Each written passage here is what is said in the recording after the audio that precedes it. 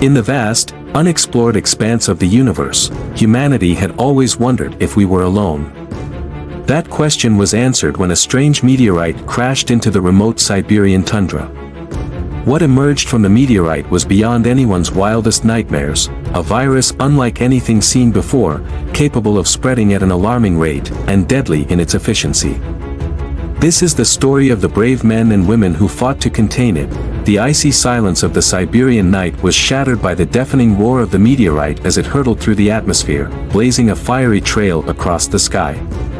Villagers in the nearby town of Shersky watched in awe as the fiery ball slammed into the ground with a tremendous impact, sending a shockwave that rattled windows and toppled loose objects. Within hours, the crash site was surrounded by a team of Russian scientists and military personnel eager to investigate this unprecedented event. Dr. Elena Petrov, a leading virologist, was among the first on the scene. As she approached the smoldering crater, she could feel the heat emanating from the still cooling rock. What intrigued her most was the strange, shimmering substance that seemed to ooze from the cracks in the meteorite. "We need to take samples immediately," she instructed her team. This could be a groundbreaking discovery. Little did they know, it was the beginning of a global nightmare. Within days, the first symptoms appeared. It started with the researchers at the crash site. Initially, they experienced mild flu-like symptoms, fever, chills, and fatigue. But soon, more alarming signs emerged: severe respiratory distress, hemorrhaging, and neurological symptoms. Dr. Petrov, now isolated in a containment unit, watched in horror as her colleagues succumbed to the illness one by one. The virus, dubbed X7, spread with unprecedented speed. The quarantine measures around Shersky were swiftly overwhelmed as villagers began showing symptoms. Panic ensued, and the Russian government was forced to implement martial law in an attempt to contain the outbreak.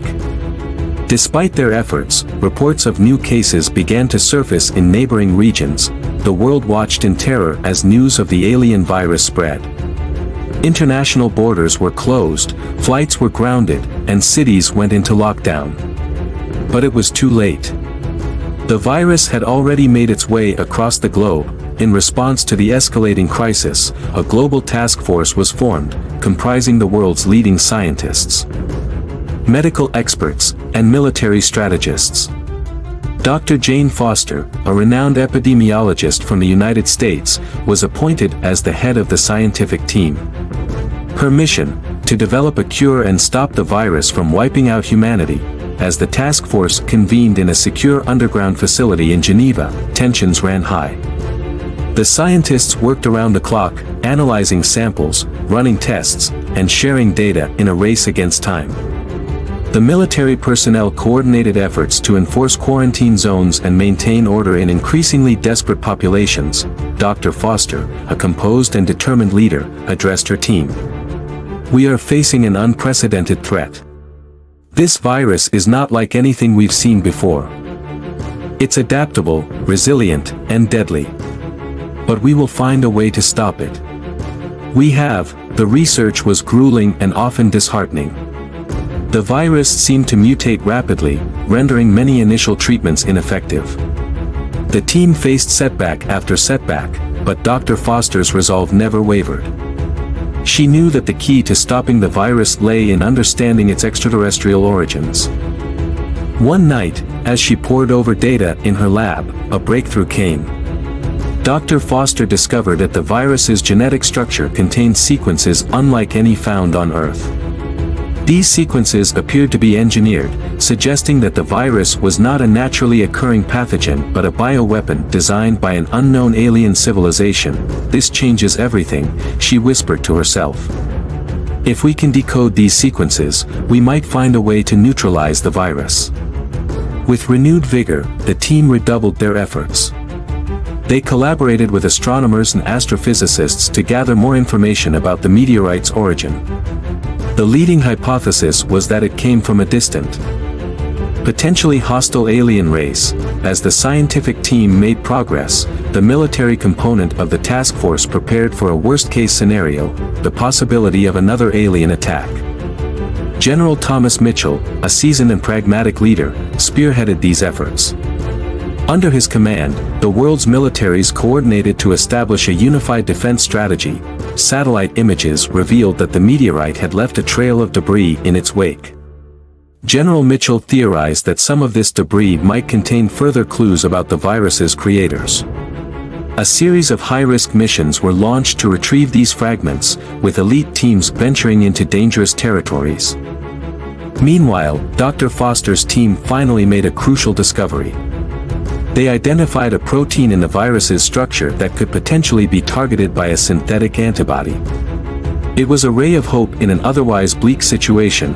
"We have a potential lead," Dr. Foster announced to the task force.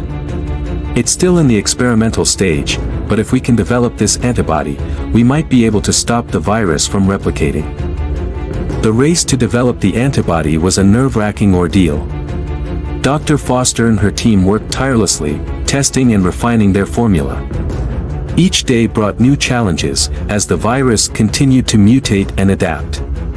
But finally, after weeks of relentless effort, they had a breakthrough. "We did it," Dr. Foster exclaimed, holding a vial of the synthesized antibody. This could be the key to saving millions of lives. The next step was to test the antibody in clinical trials. Volunteers from across the globe stepped forward, willing to risk their lives for the greater good. The initial results were promising, showing a significant reduction in viral load and symptoms, as the trials progressed. The antibody proved effective in combating the virus. Production was ramped up, and distribution plans were set in motion. The world held its breath, hoping that this would be the turning point in the battle against X7.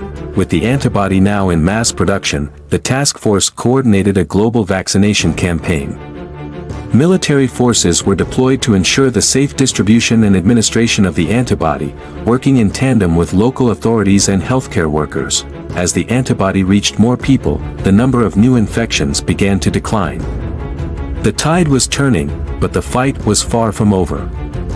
There were still pockets of resistance where the virus raged unchecked. And the threat of further mutations loomed. General Mitchell and Dr. Foster devised a plan to launch a final assault on the virus's strongholds.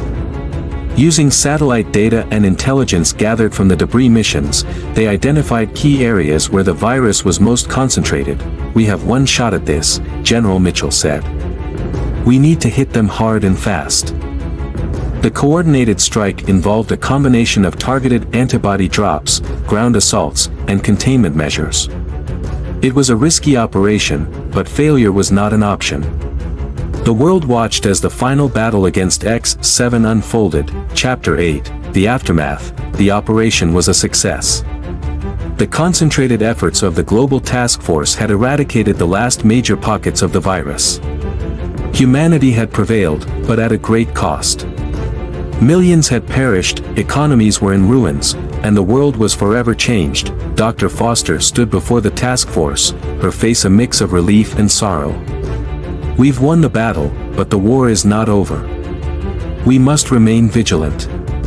We don't know if or when another threat like this might emerge." In the months that followed, efforts shifted towards rebuilding and recovery.